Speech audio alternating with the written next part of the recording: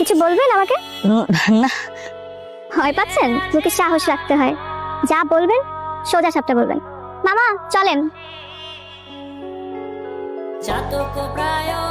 এদিকে আসেন। দাঁড়ান, রিক্সায় উঠেন।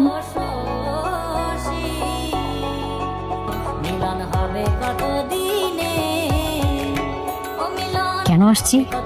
তুমি আমার সাথে কোনো ধরনের কোনো যোগাযোগ করতেছো না কেন? তুমি আর কিছুদিন ওয়েট করতে পারলো না? ওয়েট? কিসের ওয়েট?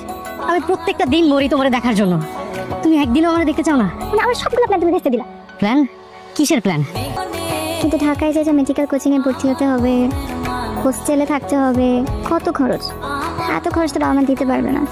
আমার তো তোমার সাথে পরিচয়ের মুহূর্তটা আমার জীবনে অনেক কঠিন সময় ছিল। অন্তিকের সাথে সম্পর্কটা বাবা মা মেনে নিতে পারেনি, তো তাই তোমাদের এলাকাতে আসতে হয়। তোমার সাথে পরিচয়ের পর আমার জীবনের সবচেয়ে সুন্দর মুহূর্ত কেটেছিল।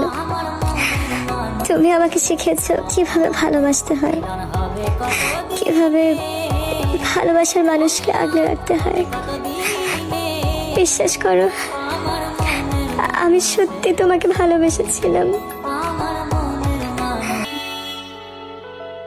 আমি তোমাকে কষ্ট দিতে চাইনি, মিথ্যা বলতে চাইনি। বিশ্বাস করো।